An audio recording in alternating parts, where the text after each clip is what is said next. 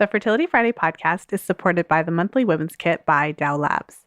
Dow Labs is making Chinese herbal medicine more approachable, convenient, tasty, and accessible. Head over to mydowlabs.com and use the code Fertility for 20% off your first order. Again, that's mydowlabs.com, mydowlabs.com. This episode is brought to you by my 10-week Fertility Awareness Mastery group program. If you're listening in real time, new groups are forming in April of 2018. Reserve your spot today by heading over to fertilityfriday.com/group program. That's fertilityfriday.com/group program. This is the Fertility Friday podcast, episode number 193.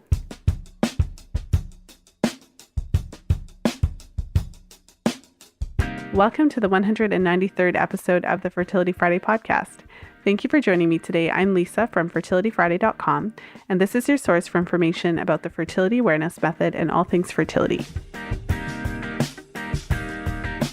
I'm excited to share today's episode with you. I've got another great episode for you today. In today's episode, I'm sharing another edition of my fertility awareness reality series. I have an on-air client session with my client, Shannon, and I know a lot of you have been asking me to have a woman on the show in one of my reality series episodes that has not had a history of birth control use. And I am working on it.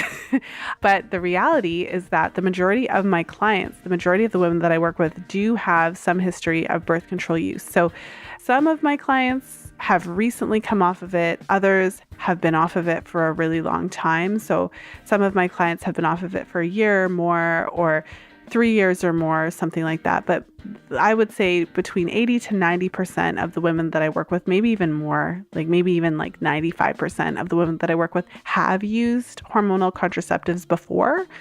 It's a very small percentage of my clients who've never used it at all. Very, very slim.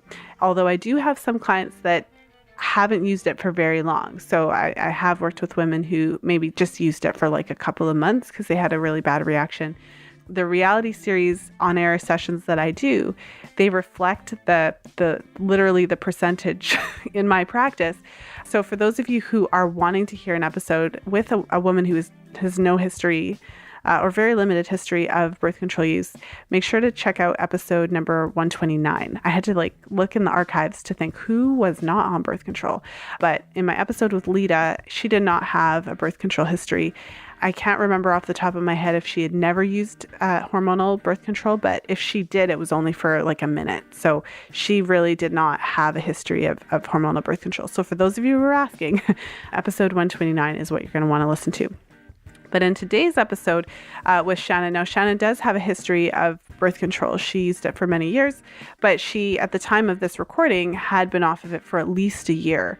So what's unique about this episode is just that we're not dealing with the immediate coming off of birth control stuff. And actually her cycles are fairly straightforward. And that's because she's been off of the hormonal birth control for long enough that she's no longer in that transition phase. So Shannon is a member of my natural birth control program. So this is my 4-month program, 4-month one-on-one program designed to really give us the time to take a deep dive into your menstrual cycle charts and to have you come out the other end feeling 100% confident in your ability to use the fertility awareness method in whatever way you intend. So in Shannon's case, she's actively avoiding pregnancy and wanted to feel 100% confident in using fertility awareness as her primary birth control method. And what the research shows is that when you are learning from a trained instructor, there's studies that have specifically been done where women are trained by certified teachers, and the effectiveness rate is 99.4%. So when you really know what you're doing, fertility awareness can be your primary method of birth control, meaning no hormones, just a really clear understanding of what's happening in your cycle every single day, and making those decisions to know, which days are fertile, which days are not, And if you're intending to use fertility awareness as your primary birth control, really knowing what to do to make that effective for you. So, for those of you who are listening in real time, if you're whether you're wanting to use this method as your primary birth control, or whether you're wanting to learn more about your fertility and your health, if you're actively trying to conceive and you're wanting to figure out what's going on, you want more information, what can we learn from your chart that could give us clues in terms of why you haven't conceived yet, or if you haven't even started trying to conceive, just wanting to really optimize your cycles and your health ahead of time, I still have spots open in my 10-week Fertility Awareness Mastery Group program. So if you're listening to this in real time, make sure to head over to fertilityfriday.com/group program. I'd love to have you in the program. If you have specific questions about the program that you don't see answers to on the main page there, you can email me directly at info@fertilityfriday.com. And so at the time that this episode is released, we just have a little over a week before we're going to be jumping in and getting started. So if you're wanting to join us and jump in there, make sure to jump in and do that now before registration closes once again. So again, that's fertilityfriday.com/group program. And before we jump into today's episode, I wanted to take a moment to thank our sponsor, Dao Labs. Now, Chinese medicine is a 2,500-year-old practice that encompasses everything from acupuncture to meditation and herbal medicine. And Dao Labs is committed to making Chinese herbal medicine more approachable, convenient, and accessible for the modern woman. And with that in mind, Dao Labs has developed the Women's Monthly Kit as a way to gently bring the menstrual cycle back in balance. The Women's Monthly Kit is made up of a classic combination of two incredibly powerful and popular formulas, Emotional Balance and Women's Formula. Now, Women's Formula is designed to be used in your pre-ovulatory phase. So after your period stops, that's when it's specifically designed to be used. And then Emotional Balance is intended for use as you approach your next period in your post-ovulatory phase. So together, these two formulas support hormone balance and cycle regularity. And considering that they're made from traditional Chinese herbal formulas, they actually taste pretty good. I've tried them myself. And so for more information, make sure to head over to mydaolabs.com for information about the Women's Monthly Kit. And be sure to use the code FERTILITY at checkout to receive 20% off your first order. So again, that's myDao, DAO, labs.com. And just as a reminder that everything that we talk about in today's episode and all the episodes of the podcast are intended for informational purposes only and should not be construed as medical advice. You'll always get the best results when working with a skilled practitioner who can focus on your particular challenges. Now let's jump into today's episode.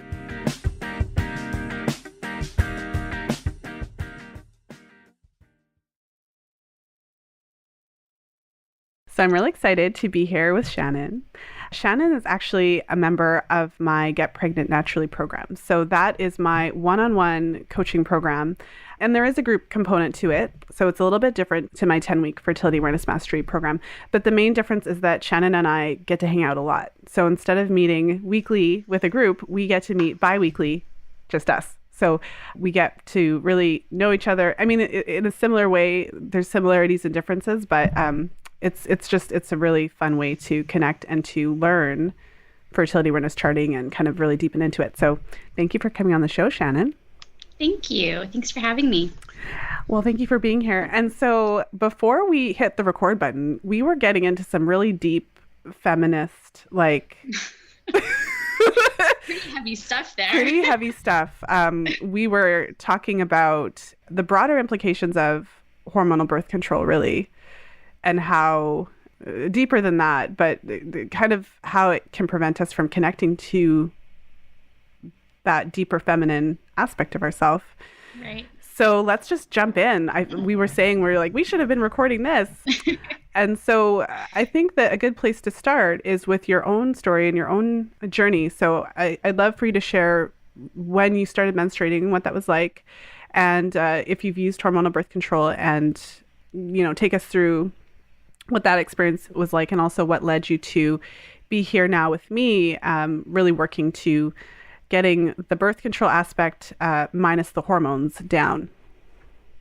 All right. So I started my period when I was about 13 years old, and it was normal. I never had any issues.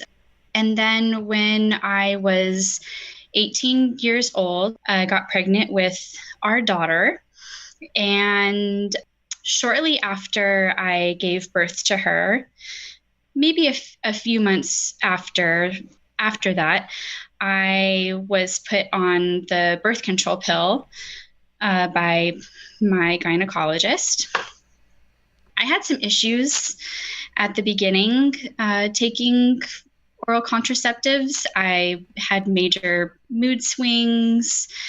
I just kind of thought that it was part of just being a new mom, but then also my husband, or we had recently gotten married. So it was kind of like we were young parents, we were newlyweds. And so I just kind of attributed it all to that.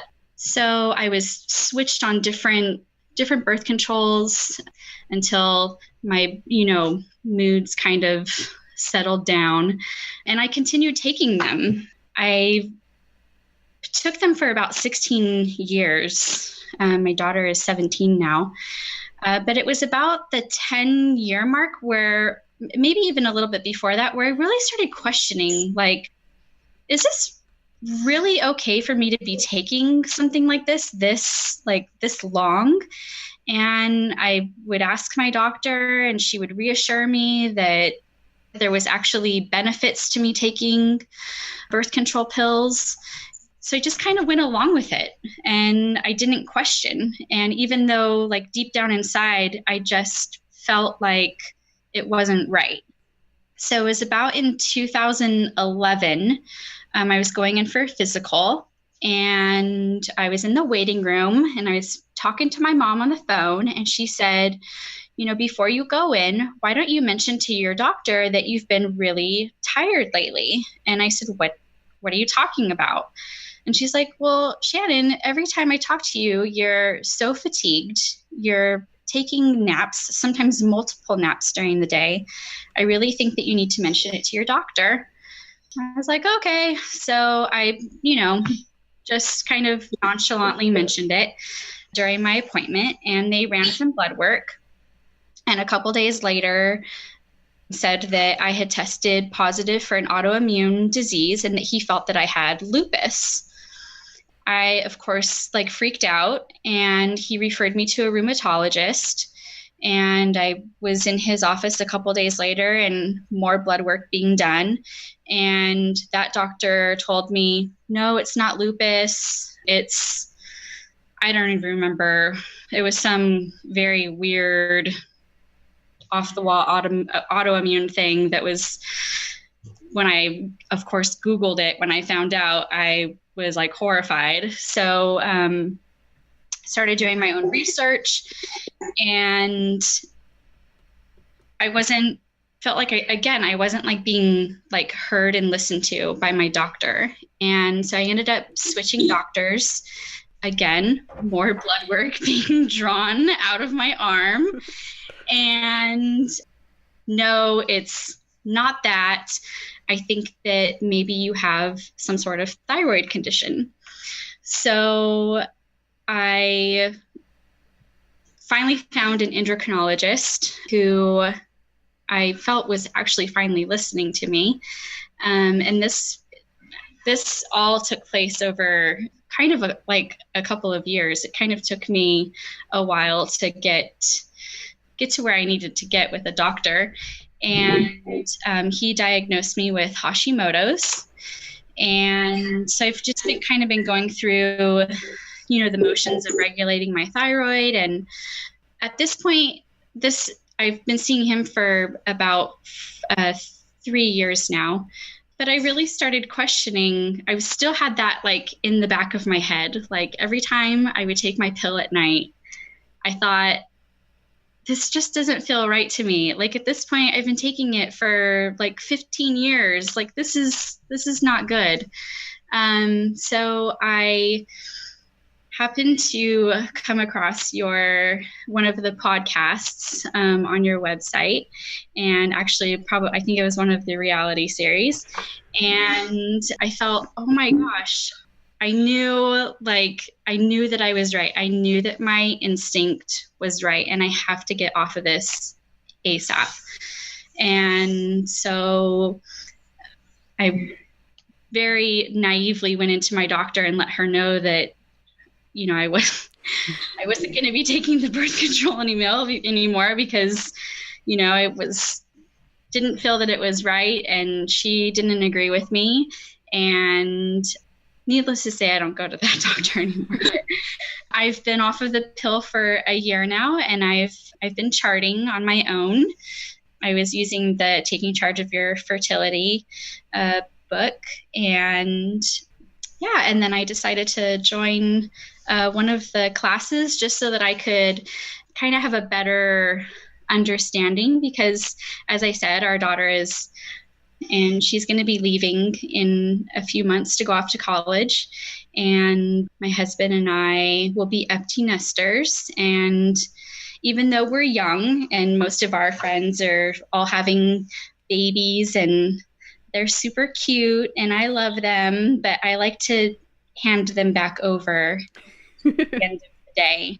So there's no more babies for us.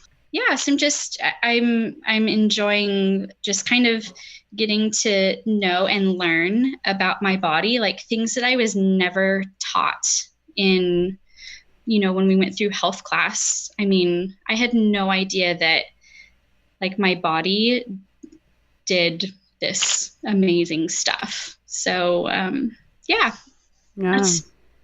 that's about that. Thank you for taking us through your story. I feel like, I don't know, I think I say the similar things all the time because I do a lot of interviews, but I find it to be really powerful when you kind of take us through and give us a window. I mean, we just went through 16 years in about 5 minutes, and I always feel like I need to kind of sit with it for a moment. What struck me as you were talking was that kind of that intuition, that inner guidance system that was trying to fight through. Yeah. Having that knowing, that little voice in your head that kind of it keeps popping up, and you kind of are able to ignore it, but it's always kind of there. And especially that you were taking, like, it's interesting that it was like every time I took that pill, I would question, and it started to get stronger and louder. It's interesting because I suppose one of the things that it's easier in many ways in our current culture to talk about the physiological effects of hormonal birth control. And I think for myself, I feel like if I led with that, I would probably have less credibility. For myself, because of my own personality and like my nerdiness and my desire to know the answer, like I want to know why. What's been very gratifying for me is that you can find the why in the scientific research that connects to the emotional experiences that we have. Right. I feel quite confident in saying that when you're on hormonal contraceptives, it disconnects you from that inner knowing, from your inner wisdom. Right. To some degree, it's still there. It just has to fight harder to get through. Yeah. So you've been off of hormonal birth control for a year now. So as we're recording in February of 2018. And so you first came off in January of last year, 2017. And so after 16 years of taking a couple different hormonal birth controls, now you're off. So what is it like? Like, did you notice any differences, or does it feel kind of similar, or how's it been? Well, when I was on the pill, I didn't really have a period. When I did, it would be for like a day, and it was super light. I just kind of grew, accustomed to that, and that's just what it was. If I had any cramping and for the most part, my moods were so-so. I mean, my husband might tell you different, but and that was probably the first month of me stopping. It was about 30 days later. And I had like a full on period. Like the gates had opened and my body was like, hallelujah. I thought, from what I had been like reading, I thought, that maybe I wouldn't, it might take like a couple of months and it's been pretty consistent. For the entire year. I've had some like ups and downs, with my thyroid, and I've learned a lot about my period by taking my temperature and how that's connecting to my thyroid. But for the most part, just going from really not having a period to having a period probably took about 6 months for my moods and my emotions to kind of even out. My husband could like look at me and I would start bawling. I was so sensitive, so sensitive. One little thing would set me off. So I feel, this past year, I feel so more connected to my body. And it's really interesting because, as I said, I was only 18 when I got pregnant. I was still growing up. I was still maturing and didn't really have that connection with myself. And then to, be on the pill all this time and then, finally come off of it. And here I am 36 years old and I feel like I'm just finally like, connecting to myself as like a woman. So it's been kind of empowering this past year, getting to know my body. That's such a strong statement. It's really, it's an interesting, I don't even like, it's just this thing that it's so hard to kind of talk about because it's a feeling. It's like a feeling of being grounded and being in who you are. Part of it is getting older and having different experiences, but there's something about being in your body and having the experience of just your natural changes and cyclical hormonal changes. It just kind of drags you into your own self. Yes. Yeah. I don't know that there's words for it other than exactly what you said. There is no words for it. It's like, yeah. Yeah. Well, and so you had your first period when you were 13. Mm-hmm. And then you had a baby at 19. Yes. Well, I was still 18. And then like a week later, I turned 19. So it was 18 when I had her. Okay. So you were 18. And so then you had 5 years of natural cycling. So your cycle had an opportunity to grow up. And then there's certain things that happen when you get pregnant and have a baby. So your cycle kind of went through a different maturation phase just by having the hormones associated with pregnancy and all that. So because it's interesting because some women come off of hormonal birth control and their cycles come back quite quickly and normally, and other women do not. Do you remember what your cycles were like growing up as a teen? Like, were they fairly consistent? Did you ever have any issues? I never had any issues. I only say that because like growing up, my best friend, she had horrible periods. And where she would like miss a day of school each month because her periods were so heavy and being so bad. And so I always like remember thinking, wow, I'm like so lucky that I don't have to go. So, but yeah, they were always pretty consistent. Like every month they were, a few days long. My bleeding was never, super heavy. I never had cramps. So. Yeah. And it's pretty consistent in the research, meaning that if your cycles had an opportunity to mature, so the first 5 years or so of menstruation is that maturation process.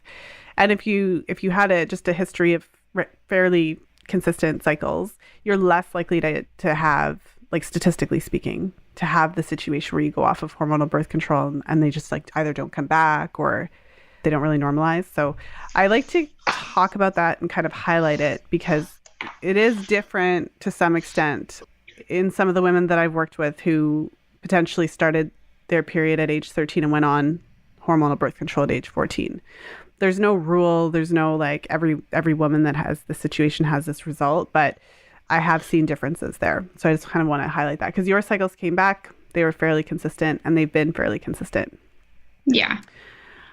Let's get into it. What are some of your top questions or kind of the burning things that you'd like for us to talk about today? Well, I'm still seeing lots of like low temperatures, like at the beginning of my cycle. Yeah. So they're pretty low.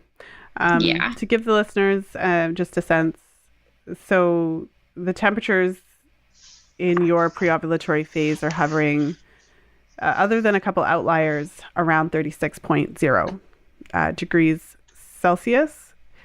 I'm not sure what that is in Fahrenheit off the top of my head. It's like 96. 96.0. Yeah, that makes sense. Yeah. And what we'd like to see is closer to, say, 36.4. So we spoke about this a little bit in our first session together, and you had mentioned that your thyroid had been tested in November. So that was about three-ish months ago. Right. And you're on thyroid medication. I am. I'm on both Synthroid and the Cytomel. That's right. So you're taking both T3 and T4 synthetic versions. Correct. Because your endocrinologist is a bit more forward thinking. And so since our conversation, like, have you arranged to have another session, like to have that checked out again? And like, because you may, like in a situation like this where you're on medication, you're being medically managed, but the temperatures are still low, it's definitely worth kind of going over everything again because your physician may have to consider modifying that prescription.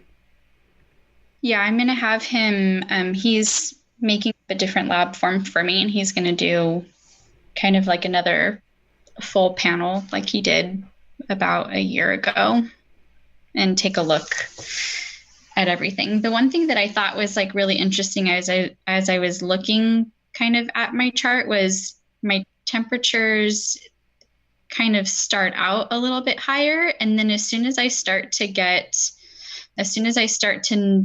sometimes notice like some non-peak mucus is when I felt like they started to drop, or kind of like after my period, they would like drop and then. Well, I would say that's fairly common. And the reason for that is because, so you can kind of disregard the temperatures during your period. During your period, your hormones are kind of fluctuating, balancing. So kind of remnants from the previous cycle, your estrogen and progesterone levels are kind of normalizing. So it's not uncommon to have spiky, kind of erratic-ish temperatures during your period. Okay. Like some of my clients will take their temperature right through because you're in the habit and you don't want to, like, don't break the chain. Right. Yeah. And then other clients will just not take their temperature during their period if they're able to kind of turn it off and on. Like, I wouldn't worry too much about that because that's pretty normal. I would say that those are erratic. And so unfortunately, the lower temps are more reflective of what's happening. So to kind of rule out the base, like we've talked about temperature taking and how, to leave it in long enough and all that kind of stuff, leave the thermometer in long enough. Right. And then the thermometer you're using, it's like, it's good. It's not broken. Right. Okay. It's happened. I've had clients switch thermometers and then it's like, oh, there's something wrong with your thermometer. But yeah, the temperatures are low enough that I'm saying, is your thermometer broken? Right. So that means something. Yes, I know. It's concerning. Yeah. I mean, overall, so even though the temperatures are really low, your cycles are fairly in line. Like we're seeing a fairly normal pattern of mucus. Your periods are within the normal range. So your periods, looks like they're ranging about 4 to 5-ish days. Were these two periods about the same in terms of their heaviness? Yeah, and we had talked before, because I was trying to like define between, what is like a moderate flow and what is a heavy flow, just because, really have a period, and then what I would constitute as being, heavy is really not heavy.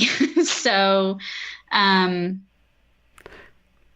pretty like, moderate at the beginning, and then they get for like a couple days and then a little bit lighter and then very light. Yeah. Well, and so that's one of the ways that, so when you're, for instance, if you think about your thyroid as kind of like a thermostat in your body that regulates your body temperature, your metabolism. So then if your thyroid is depressed, your hormonal profile will look different. So if you have a thyroid that is depressed, your other hormones may be depressed as well. And with that in mind, given that your period is a printout of what was happening hormonally that month, if your periods are a bit on the lighter side, that can be just kind of confirming what we're seeing with your temperatures, that your thyroid function is a little bit lower. So yeah, I think we'll have more information once you kind of get the perspective of your endocrinologist. So we'll kind of put a pin in that and keep checking in about it, keep talking about it, and keep strategizing around it. So on the charting front, in our last session, we spoke a little bit about the method itself and gaining that confidence in using it to prevent pregnancy. So did you want to talk a little bit about that? Sure. So, like I had said, I was doing the paper charts with the taking charge of your fertility.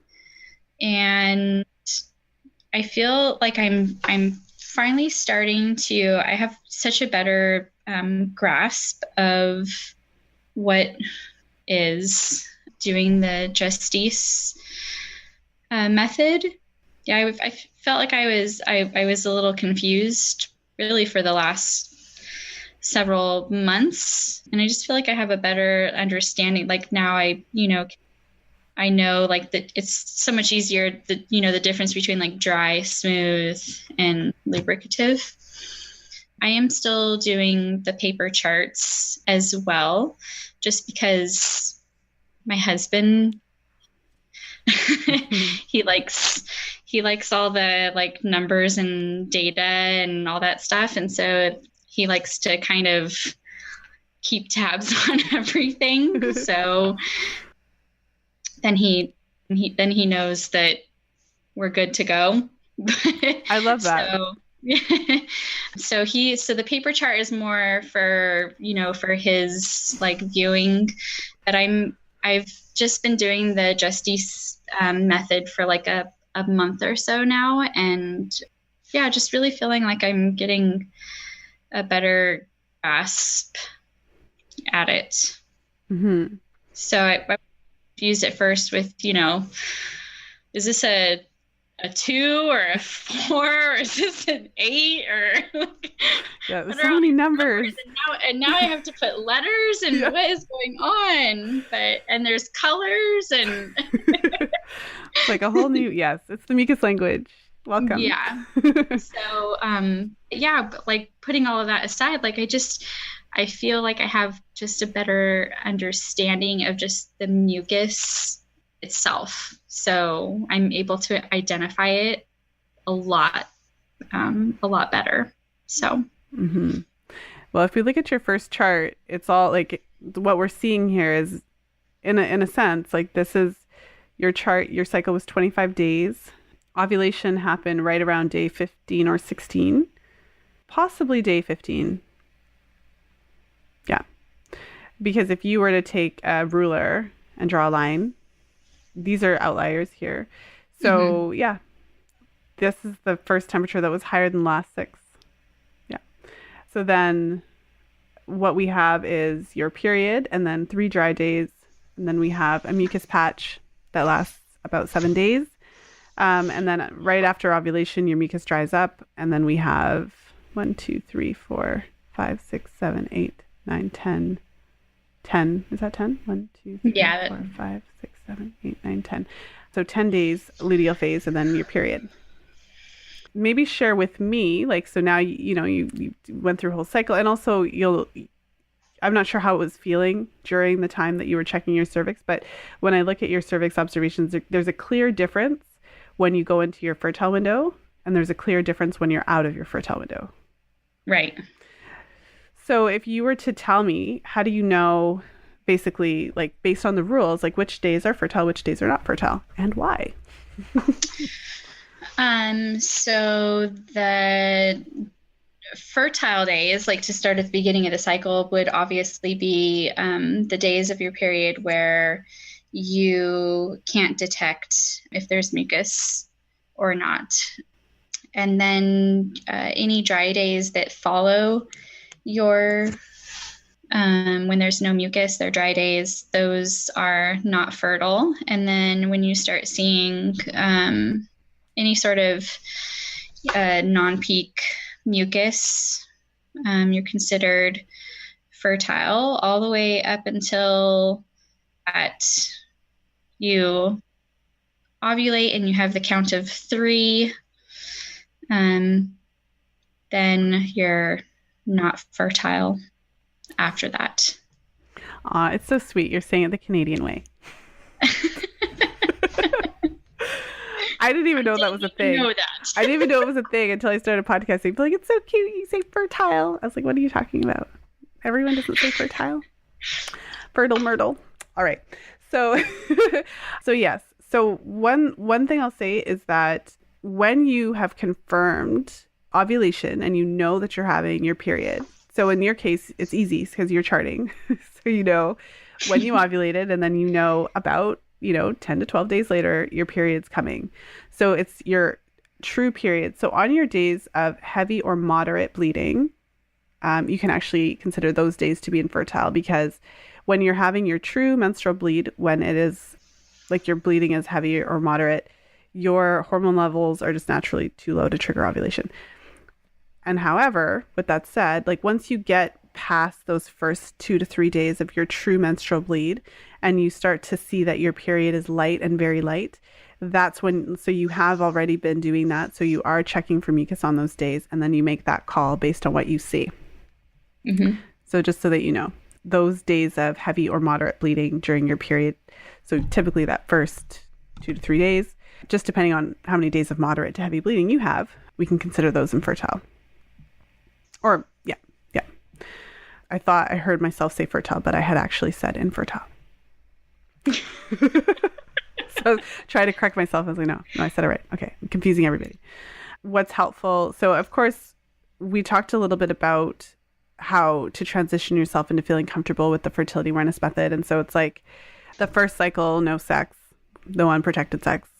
The second cycle, when you're working with an instructor, then you have the first cycle to really practice, get comfortable identifying ovulation, the thermal shift, cervical position changes.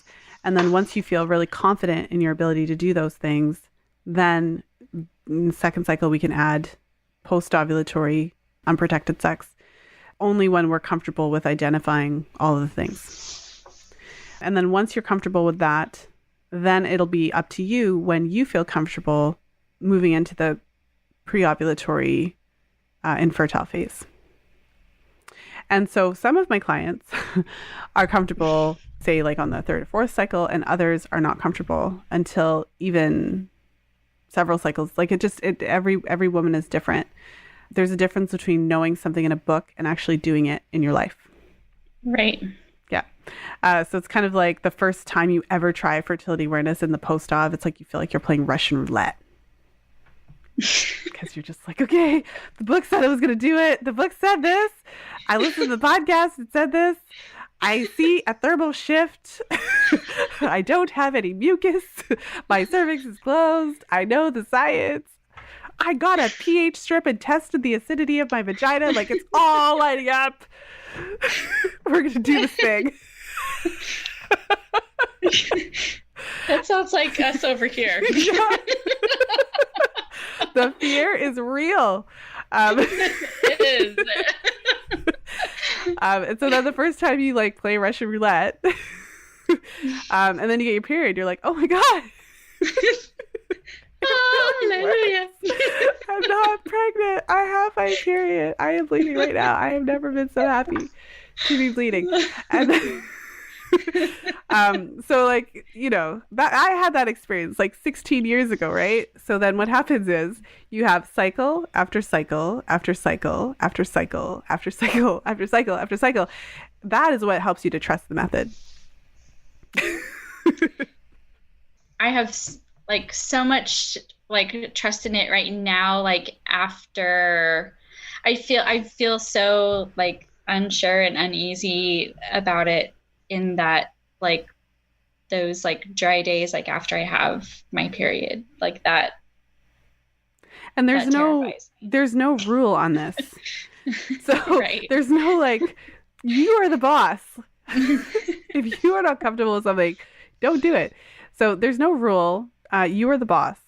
This is the subjective part of like, so there's a difference between having the knowledge and then what you decide to do with it. Right. So it's baby steps. Like an analogy can be stepping into a hot tub. Like you can start with a couple toes. You'll know. So you have this intuitive voice inside of you that will tell you when you're ready, if you're ready. Right. And so like, that's why it's normal to take this in stages. You're just at the beginning of your fertility awareness journey. It's different when you don't like, all I can say is that it's hard to put into words. Like I'm coming from this perspective of like having 16 years of seeing the same kind of, it's like the cycle isn't the same number of days. The days of mucus isn't always the same.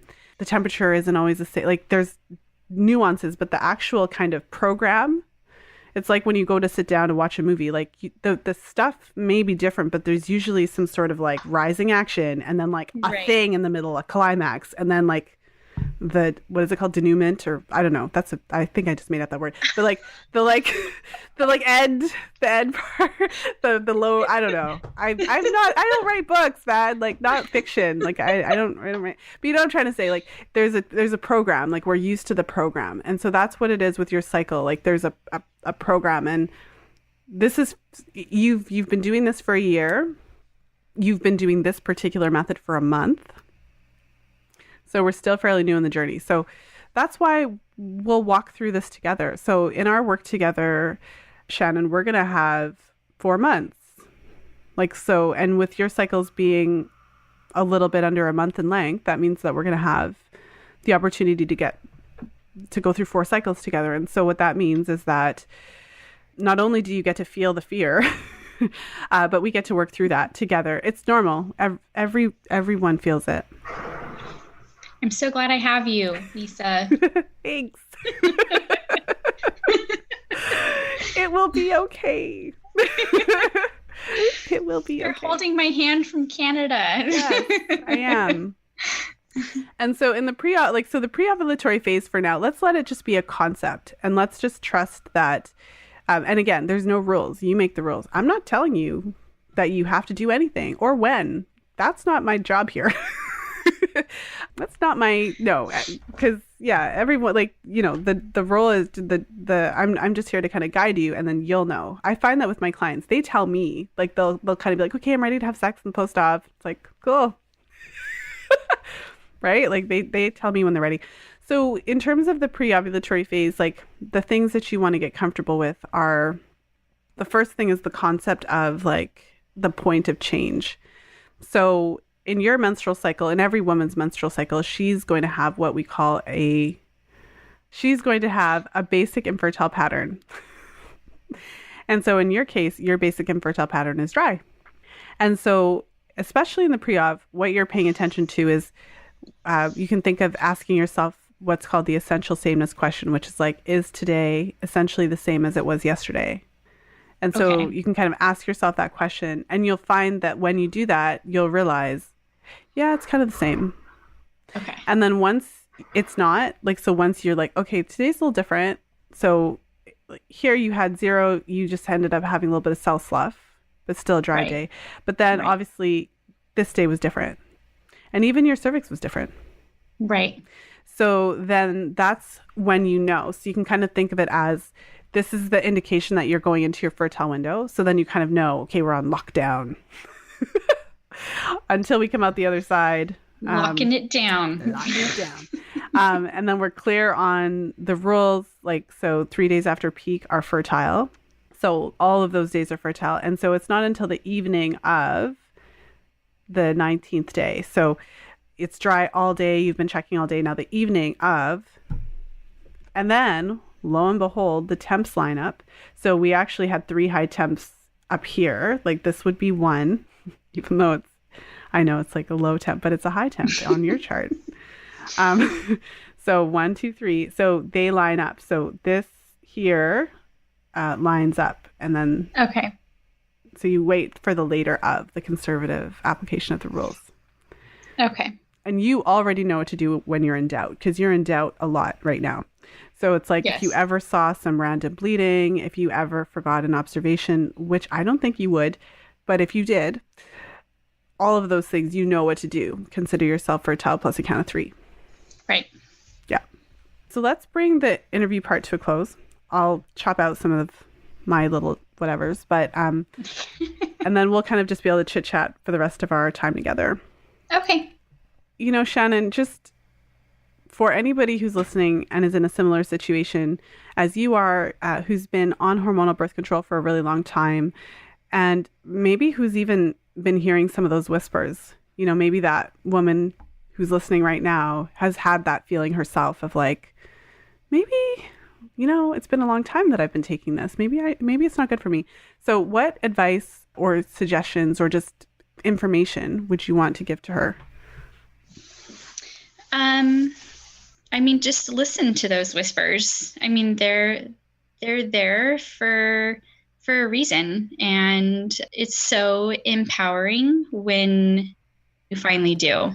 I was there for so many years, and I'm so glad and thankful that I finally decided to listen to myself and kind of stand up for myself. And yeah, and it led me to where I am today. So sitting here with all of you guys.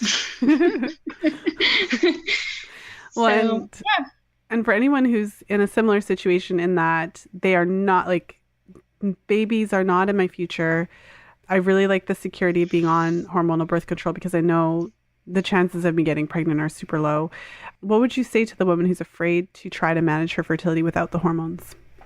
Like I said before, since I have started this journey, I have learned so much that I had not been taught, and so much about my body. And it is absolutely amazing what our bodies do to, I mean, obviously not only like make a baby, but I mean, what our bodies do every single month, the signs that it gives us. And it is again, it is so empowering that I have all of these like signs and tools that I can utilize every single month. And I don't have to take, you know, hormones. My body automatically does it all by itself. It doesn't need any help. I could do it on my own. So again, it's so empowering, and I'm so thankful that I have started this journey. And so, well, thank you for being here. Thank you for coming on the show and sharing your experience. I know that so many women are going to be inspired by your journey and just the courage that it takes to really, you know, jump off the ledge and kind of give it a try. I think we've been so indoctrinated to from so small, being taught that we can get pregnant all the time, to not being given information about our bodies. So it really does take a bit of a leap, literally and figuratively, to trust a method that involves no hormones. Right. So it takes courage, and I'm thankful to have you on the show, that you can and have you share your experience, because you have been off the hormones for a year and you did not get pregnant. So it is possible to use this method successfully. It is. It is. All right, Shannon. Well, thank you so much for being here. Thanks for having me. Thank you for listening. If you enjoyed today's show, please share it with a friend. You'll find the show notes page for today's episode at fertilityfriday.com/193. I hope that you enjoyed my on-air session with Shannon. As you can tell, we have a lot of fun together. We laugh a lot in our sessions. So I'm sure, Shannon, you're listening to this right now. So, you can attest that we laugh a lot. We have a lot of fun. But we also get into a lot of details. So it's really great when I have an opportunity to work with somebody one-on-one and just have the opportunity to take our time and really go through everything in detail, really analyze the cycle, and ultimately get all of the information about fertility awareness down pat. And what my clients leave with is not only a strong foundation and understanding of fertility awareness, but also of the reproductive hormone cycle and how it interplays with our different fertile signs. So really leaving with an in-depth understanding of how all of these things add in together. And also, one of the skills that I share with my clients is just that ability to really monitor your menstrual cycle, pay attention to the different changes, and really start to get that insight into how your cycle reflects what's happening in your life. And so I do that by the one-on-one work and really looking at your, if I was working with you, like looking at your cycle and seeing how different things and different changes affect your cycle. But all of my programs do contain a group component. And so in addition to looking at your own cycle, you always have the opportunity to see how other women's cycles are affected. And so the feedback that I get, all the time from my clients is that it's just so valuable to have the opportunity to see other women's charts within this context, because you're not just kind of seeing a random chart, but you're also getting the interpretation and learning a little bit about the background so that you can really see how the menstrual cycle responds to a number of different challenges, health issues, stress, but just it's very, very interesting and fascinating to just see that kind of literally in real time on the menstrual cycle chart. And so either way, we have a lot of fun in our sessions and we really get down to business, and with the goal of really gaining that confidence in using the method, regardless of your intention. So in Shannon's case, she's actively avoiding pregnancy.